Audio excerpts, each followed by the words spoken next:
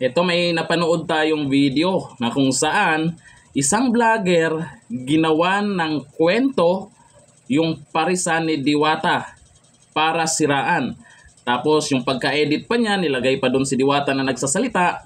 Tapos yung vlogger naman yung nagsasalita, kunwari si Diwata. Kaya yung mga followers ng vlogger na to, lalo na pag hindi kabisado at hindi marunong magtingin kung totoo o hindi, ay maniniwala talaga. Kasi tiningnan natin tong mga comment niya, ay maraming napaniwala.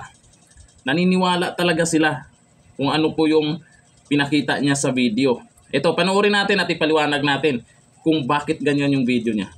Nananawagan ako sa lahat ng vlogger dyan. Malaking vlogger ka man, maliit na vlogger ka man, pagkakataon nyo na to para ako'y gatasan. Habang ako'y sikat pa, burautin nyo na, samantalahin nyo na. Dahil kapag ako'y laos na, siguro hindi na kita magkita-kita. Okay, ito po yung vlogger na yan, oh. Ayan. Sa mga followers dyan na naniniwala dito sa inilabas niyang video, ang tatalino ninyo. Sana all. Hindi nyo ba napapansin?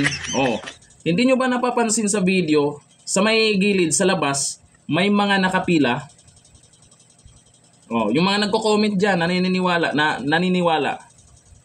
May nakapila sa may gilid sa labas ng may tali. Ibig sabihin po dyan, magbubukas pa lang. Sa mga nakapanood dyan at naniwala dito sa video, uulitin ko, magbubukas pa lang. Magbubukas pa lang. Hindi naman pwedeng magbukas ka ng tindahan mo, nauna yung customer, tapos wala yung mga tao sa loob. Siyempre mauna yung mga tao sa loob, mag-prepare, dapat may maluto na, tsaka magpapila. Ulitin ko, magbubukas pa lamang yan. Kaya binidyohan, ang tibay, no? Kaya nga may mga pumupunta dyan para lang maghanap o hanapan si Diwata ng pagkakamali for the views. Manira ng manira.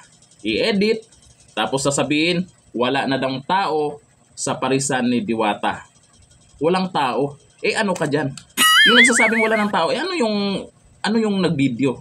Yung nag-video kasi na yan, yung kuha, dyan po may pila. Nakikita nyo po sa gilid niya, isa siya sa nakapila dyan. Oh, isa siya sa nakapila dyan. Nako talaga. Ayan, yung vlogger na yun, mga nakapalo dyan. Ewan ko lang sa'yo, ang tatalino nyo. Dito na lang, thank you.